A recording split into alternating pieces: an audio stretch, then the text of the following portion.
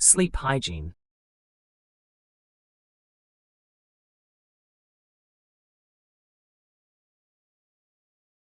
Restorative sleep.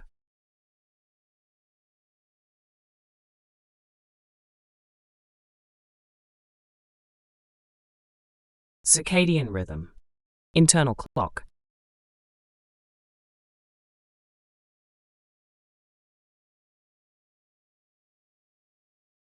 Disrupt.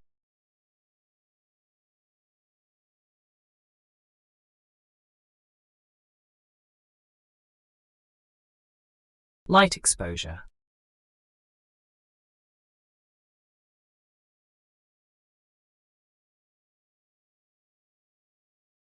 Melatonin.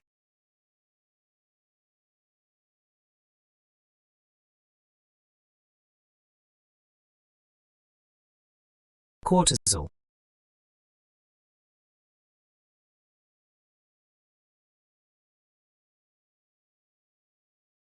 Sleep onset.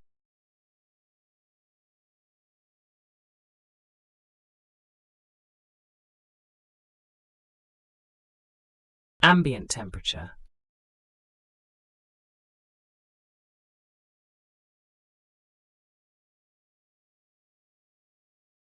Counterproductive.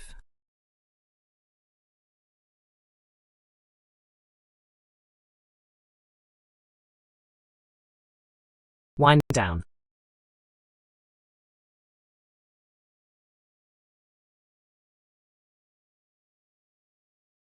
Stimulation.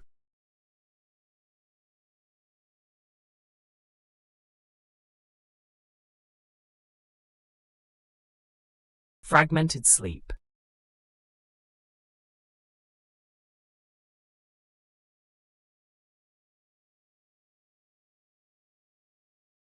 Suppress REM sleep.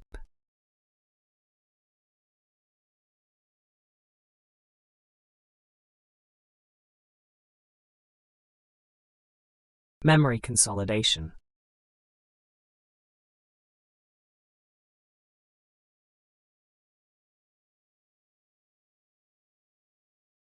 Counterintuitive.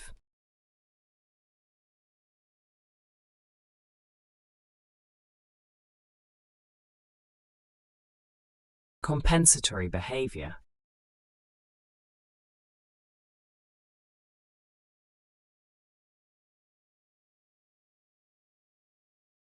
Power up.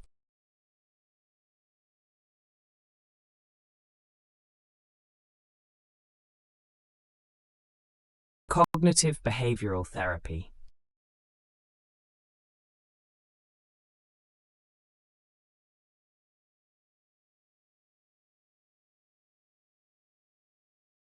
Throw a wrench in.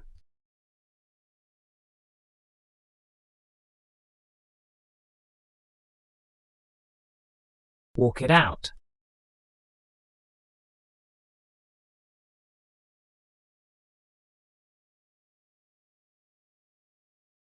Take a mental walk.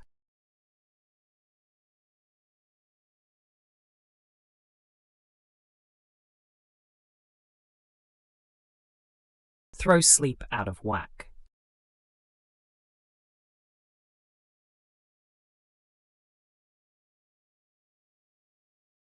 Ramp up the stress.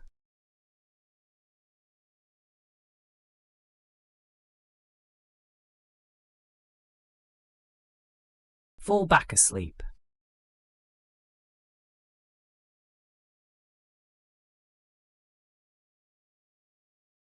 Catch up on sleep.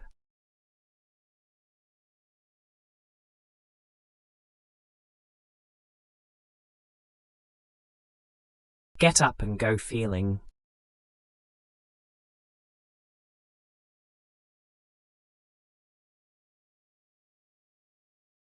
Break a bad habit.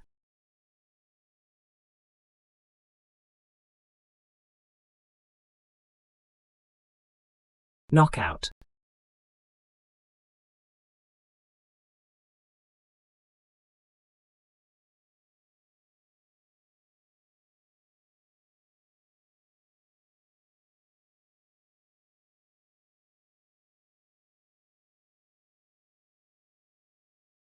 welcome to the deep dive. We've gathered some really interesting research and notes today, Yeah, all focusing on something absolutely vital for everyone: sleep. that's right. We're going beyond just, feeling less tired. Yeah, we want to unlock the real benefits and give you some solid, practical ways to, well, seriously, improve your sleep. Exactly. Think of this as a guide to the key sleep protocols, why sleep is just so crucial, and how, honestly, even small adjustments can make a huge difference to your overall well-being. Our mission today is to arm you with actionable insights. Okay, let's dive right in. You've probably heard the term sleep hygiene. Now, that sounds a bit clinical, maybe? We're not just talking about clean sheets, are we? Though clean sheets are nice. Huh, no, not literally about washing, though yeah, clean shits don't hurt. But sleep hygiene, it's really about designing your environment and building habits that naturally set you up for good restorative sleep. Designing habits and environment. Okay, so where do we start? What's the absolute foundation for good sleep hygiene? Without a doubt, it's regularity. Regularity. Okay, simple word, but why is that so important? Well, basically, your body loves a schedule. It thrives on predictability. You have this internal clock, the circadian rhythm. Right, the body clock. Exactly. And it works best when it knows what to expect.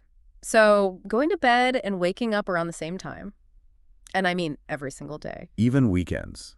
That's the tough one for me. especially weekends, that's crucial for training that internal clock. So it's like setting an appointment for sleep and actually keeping it. Precisely.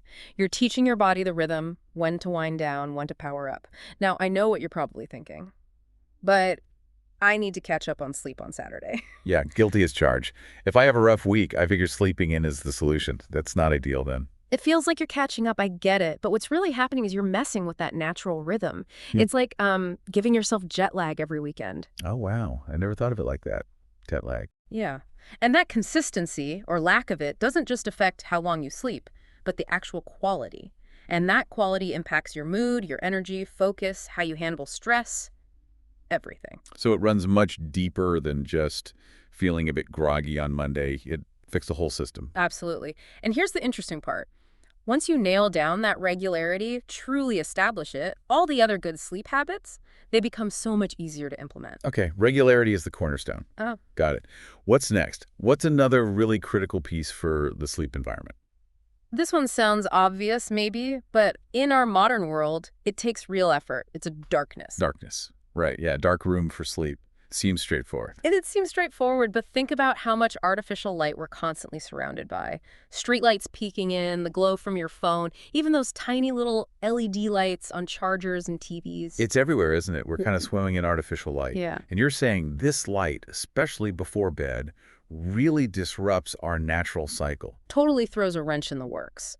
So practically speaking, you need to actively reduce light exposure before bed. A really effective step is just dimming the lights in your house significantly, say in the hour or two before you plan to sleep. Dimming them by how much? Even just cutting the brightness by half can make a noticeable difference. You know, I've started doing that, just turning down the main lights, using lamps instead. And it's surprising, I actually do feel myself starting to wind down more easily. Exactly. That's your body getting the signal. And to take it a step further, some research suggests using very dim, deep orange or even red light in that last hour can be particularly beneficial. Orange or red light? Why that specific color? Well, the science suggests that this particular part of the light spectrum interferes much less with your body's production of melatonin. Uh-huh, melatonin. That's the hormone that basically tells your body, okay, time for sleep. Right. Spot on, often called the hormone of darkness. It's your natural sleep signal. Bright light, especially that blue light from screens. Phones, tablets, computers. Yeah, all of those. They actively suppress melatonin production. They tell your brain it's still daytime. So dimming the lights, maybe switching to a warmer reddish hue, that helps keep the melatonin flowing as bedtime gets closer? Exactly right. And of course, for maximum darkness while you're sleeping, things like blackout curtains or a comfortable eye mask can be really helpful tools too. Okay, so darkness at night is key. But you mentioned the cycle. It's not just about avoiding light at night, is it? What about daytime light? You've nailed it. It's a balance. Yeah. Just as important as darkness at night is getting bright light exposure, ideally sunlight, in the morning. Ah, so darkness for sleep, brightness for waking up and setting the clock for the day. Precisely. That morning light exposure is essential for anchoring your circadian rhythm. It also helps boost your energy levels. And interestingly, it increases the amplitude of your morning cortisol release. Cortisol. Isn't that the stress hormone? We want Yeah. more of that. It gets a bad rap sometimes, but that natural morning rise in cortisol is actually healthy and necessary. It gives you that get up and go feeling, sharpens focus, improves your mood. It's your body's natural wake-up call. So cortisol isn't always the villain. Not in the morning, no. And what's fascinating is that a healthy morning cortisol spike actually helps promote better sleep onset later that night. It's all connected. It really is amazing how interconnected these daily rhythms are. Day influences night, night influences day. Absolutely. Which brings us neatly to another environmental factor, temperature. Temperature. Okay, how does room temperature affect sleep? Well, your core body temperature naturally needs to drop slightly as you fall asleep and stay asleep. It's part of the physiological process of sleeping. So what's the sweet spot? What temperature should the bedroom be? Most experts recommend keeping the bedroom relatively cool, somewhere around 65 degrees Fahrenheit, which is about 18.5 Celsius. 65. That sounds quite cool, actually. I usually like it warmer. It can feel a bit chilly to some people, definitely. But remember, you're under covers. You can always add layers, wear socks, use a hot water bottle if your feet get cold. The key is the ambient temperature of the room being cool. Why is that so important? Because that cooler air helps facilitate that natural drop in your core body temperature. It sends another signal to your body. Okay, it's time to initiate sleep. You're basically helping your internal thermostat do its job. Right, creating an environment that supports the body's natural processes. Right. Makes sense. Okay, let's shift gears. What about those nights when you're just lying there, wide awake? Our sources mentioned something called walk it out. Yes, this is a really important strategy. It's about breaking a negative cycle. We can accidentally train our brains to associate our bed with frustration and wakefulness, not sleep. Oh, I know that feeling. Yeah. Lying there, watching the clock, getting more and more stressed about not sleeping. Exactly. It's counterproductive. So the advice is, if you've been in bed trying to sleep for maybe 20, 25 minutes and it's just not happening, get out of bed. Just get up. Get up. Go to another room. Keep the lights very dim, though. Okay, dimly lit room. What do you do there? Something relaxing and quiet. Read a physical book, not on a screen. Listen to some calm music or a podcast. Gentle stretching, maybe. The key is low stimulation. And definitely no checking emails or scrolling social media. Absolutely not. And no eating either. Just relax quietly until you genuinely feel sleepy again. And then go back to bed. Only then. The whole point is retraining your brain. Bed, sleep. Not bed. Tossing and turning in frustration. Like breaking a bad habit, mental association. Precisely. I remember a case where someone started working on their laptop in bed every night. Soon enough, they developed terrible insomnia because their brain linked the bed with work stress, not rest. That makes total sense. And Yeah. you know, it's funny how sometimes you sleep better on a couch or in a hotel. Maybe it's because there isn't that built-up association. That's often exactly why. Different environment, different associations. So walk it out sounds simple, but it's powerful. Okay, let's talk about two common culprits that often sabotage sleep. Caffeine and alcohol. Ah, yes. The daily staples for many. Let's start with caffeine. What's the main thing to know? The key recommendation is generally to stop consuming caffeine at least 10 hours before your intended bedtime. 10 hours. Wow. That's much earlier than most people probably think. Like no coffee after lunchtime, basically. For many people, yes. Caffeine has a surprisingly long half-life. That means half of it can still be circulating in your system many hours after you drink it. So even if you don't feel wired from that 3 p.m. coffee, It could still be messing with your sleep later. it can subtly disrupt the quality and architecture of your sleep, making it less deep and restorative, even if you fall asleep okay. So my after-dinner espresso habit, probably not the best idea. Might be worth reconsidering, or at least experimenting with cutting it out. And it's not just timing, it's also the total amount. Maybe sticking to just 2 or 3 cups earlier in the day is a safer bet for most. Okay, caffeine awareness noted. What about alcohol? People often use it to help them sleep, right? A nightcap to relax. That's probably one of the biggest sleep myths out there. Alcohol is a sedative, so it can make you feel drowsy and fall asleep faster initially. But, There's a but. a big but, it significantly disrupts sleep quality later in the night. It leads to more fragmented sleep, more awakenings, even if you don't fully remember them. So you might knock out quickly, but the sleep itself is low quality. Exactly. And critically, alcohol suppresses REM sleep. REM. That's the dream sleep stage. Why is that bad? REM is crucial for so many things: memory consolidation, processing emotions, creativity. Alcohol really robs you of that important stage. I had no idea it had such a specific negative impact on REM. It really does. And it's not just about drinking right before bed. Even a glass of wine with dinner or in the late afternoon can potentially impact your sleep structure hours later. So again, it's about overall consumption and timing, not just the last drink of the night. Precisely. The negative effects are thought to be linked to how alcohol is metabolized, producing byproducts like aldehydes that are disruptive to sleep cycles. Okay, so caffeine and alcohol need to be mindful there. What about food? We often hear don't eat for 3 or 4 hours before bed. How strict is that rule? The evidence there is actually a bit more mixed. It seems to be highly individual. So not a hard and fast rule for everyone. Not necessarily. Some people seem fine eating closer to bedtime. Others find it really disruptive. It really depends on your own sensitivity. How do you figure out your sensitivity? Pay attention to your body. Do you get indigestion, heartburn, or reflux when you lie down soon after eating? That's a pretty clear sign you need a longer gap. Right. If it feels uncomfortable, it's probably interfering. Exactly, and common sense applies too. A huge, heavy, rich meal right before lying down is likely going to require significant digestion effort, which isn't ideal when your body wants to be winding down for sleep. So listen to your body, avoid massive meals late at night, but don't necessarily stress about a rigid 3-hour cutoff if a small, light snack doesn't seem to bother you. That's a good summary. Yeah. Now let's get into some advice that might sound a bit unconventional. This stuff is really interesting. First up, after a bad night's sleep, do nothing differently. Wait, what? My instinct is always to compensate? Sleep in later, take a long nap? You're saying don't do that. That's what the evidence suggests. It feels counterintuitive, I know. Oh, But those compensatory behaviors, they can actually make things worse in the long run. how? Why would trying to catch up be bad? Because it throws your sleep-wake cycle even further out of whack, and it messes with something called sleep pressure. Think of sleep pressure like a substance called adenosine building up in your brain the longer you're awake. Okay, adenosine builds up, makes you sleepy. Right. High adenosine equals strong drive to sleep. When you sleep in or nap for too long, you clear out too much of that adenosine at the wrong time. So come your regular bedtime. You're not sleepy enough. Exactly. You've reduced the sleep pressure. It's like trying to fix a clock by just randomly spinning the hands, sticking to your regular schedule even when you feel tired. Even though it feels tough. It's usually the fastest way to get your rhythm back on track. Okay, that's a tough one to swallow, but it makes scientific sense. Here's another one that sounds backward. If you're struggling with sleep, limit your time in bed. Spend less time in bed. Yes. Again, sounds totally counterintuitive, doesn't it? But this is a core principle of CBTI, cognitive behavioral therapy for insomnia. Okay, explain this one. Why would less time in bed help? The idea is to strengthen the association between bed and actual sleep.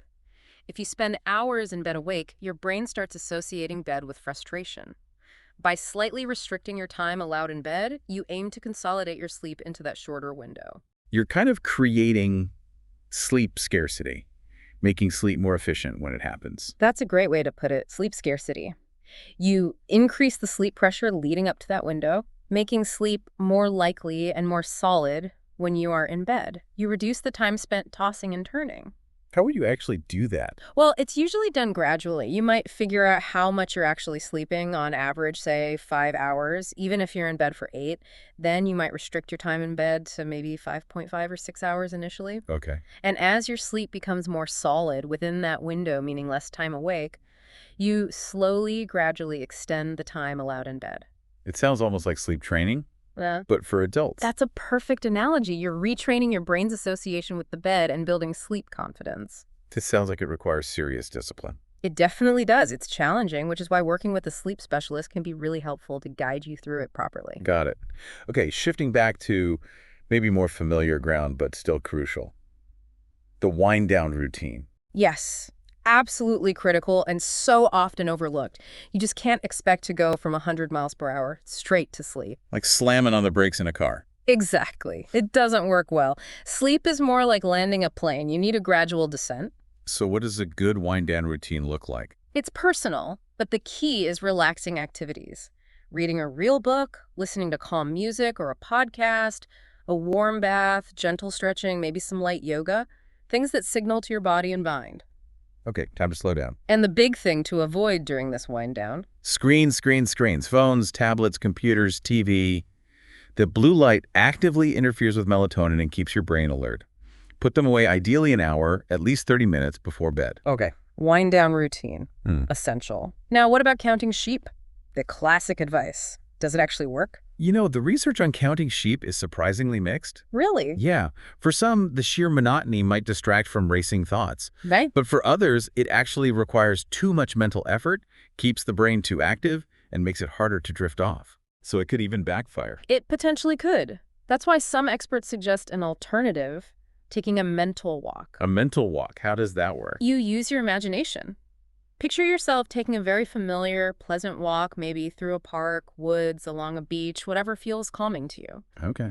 And you really engage your senses in your mind. What do you see? What sounds do you hear? What can you smell? How did the ground feel under your feet? So it's kind of like a self-guided meditation, focusing the mind on something calm and sensory. Exactly. It gives your mind something gentle to focus on, helping to crowd out those stressful or racing thoughts without being overly stimulating. I like that. Sounds more engaging than sheep. One last, somewhat unconventional tip, getting rid of clocks in the bedroom. Ah, yes. Simple, but potentially very impactful. Why?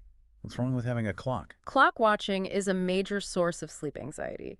If you wake up in the middle of the night and immediately look at the clock, oh no, it's 3 a.m., I only have X hours left, it just ramps up the stress and makes it harder to fall back asleep. It's like a constant reminder of your struggle. Precisely. So the advice is simple. Yeah. Get rid of the clock, turn it away from the bed, cover it up, or just make a firm commitment not to look at it if you wake up. Break the cycle of clock watching anxiety. Makes sense. Okay, before we wrap up, let's briefly touch on sleep aids, prescription meds, over-the-counter stuff. What's the general take? Well, while they can have a place, maybe short-term for specific situations, it's important to be aware of the downsides. Prescription sleep aids can interfere with your natural sleep stages, the architecture of sleep. So they might help you sleep, but it's not necessarily quality sleep. It might not be the same restorative sleep. Plus, there can be side effects, dependency issues. They're generally not seen as great long-term solutions for chronic problems. What about the ones you can just buy at the pharmacy? Similar caution applies. They might make you drowsy, but they don't usually fix the underlying reason why you're not sleeping well. And they can have side effects too, like next-day grogginess. So the better approach is usually Focusing on the behavioral and environmental strategies we've been talking about, the sleep hygiene, the routines, addressing the root causes, trying to support your body's natural ability to sleep rather than forcing it with a substance. work with the body, not against it. Got it. Now, zooming out, our sources painted a pretty concerning picture.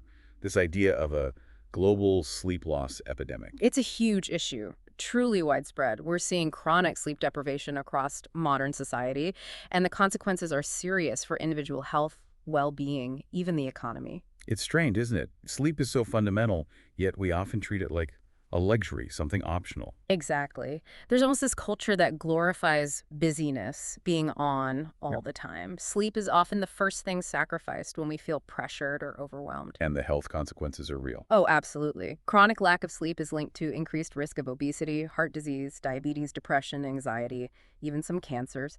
The evidence is incredibly strong. It really puts it in perspective. Sleep isn't just nice to have, it's as essential as food, water, air. Couldn't agree more. And tackling this requires effort on multiple levels, more public awareness, workplaces and schools becoming more sleep-friendly, and crucially, individuals making a conscious choice to prioritize their own sleep. Well said. So as we finish this deep dive, if listeners could take away just one thing, one small action they could try tonight, what would you suggest?